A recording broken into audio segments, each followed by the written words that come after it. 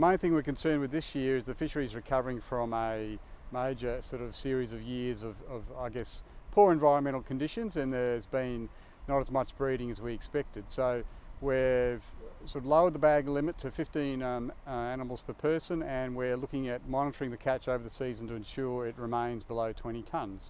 And so what we're asking recreational fishers is to be very mindful of this fishery. It's a unique fishery, and we'd like to keep it as it is.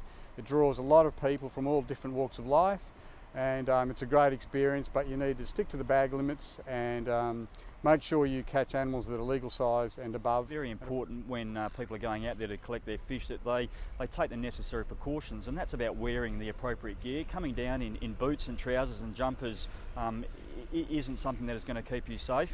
Making sure that you're going there with someone else that's got some sort of swimming ability if you do go into the water.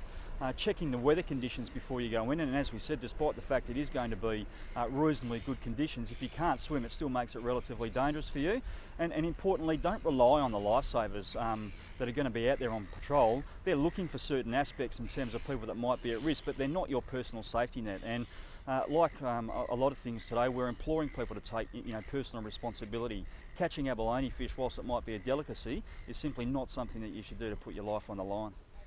We've certainly done, in combination with Recfish West and the Department of Fisheries, there's been a lot of public awareness and education strategies have been put in place to raise the awareness, and surf lifesaving in particular have ramped up its patrols that it puts in on those particular mornings where there is abalone fishing going on, and that includes having our lifesavers walking along the reefs and providing advice, having the inflatable rescue boats out, and also our jet skis are out in the water, patrolling the most popular areas where those some 15,000 people are going to pour into those locations. So it's quite an intense period of time for 1 hour that those people are fishing, and we really try to match our services accordingly. But it's always important that people do pay attention to the warning signs. They look at the weather and they take some personal responsibility, so they get to return to their family at the end of the day fishing. Yeah, so people should always fish with someone else.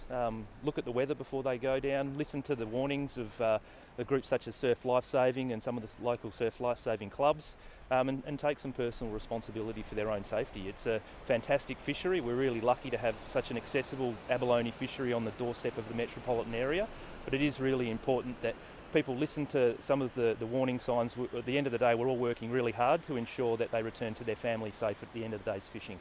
So every year there's roughly 15,000 recreational fishing licences sold for abalone, and being so accessible on the doorstep of the Perth metro area, these reef tops like the one here behind me will be visited en masse on Sunday morning as families get down and enjoy access to such a fantastic sustainable seafood. So the abalone season is one of the shortest seasons, recreational seasons in the world. It only goes for 1 hour each Sunday morning, the first Sunday of each month from November through to March. If the right precautions are taken and people follow the simple messages around safety, it can be perfectly safe, and it's really important that they do adhere to some of the advice that's been given out by Recfish West, the Department of Fisheries and Surf Lifesaving to keep themselves safe, so at the end of the day they can get home to their family safe.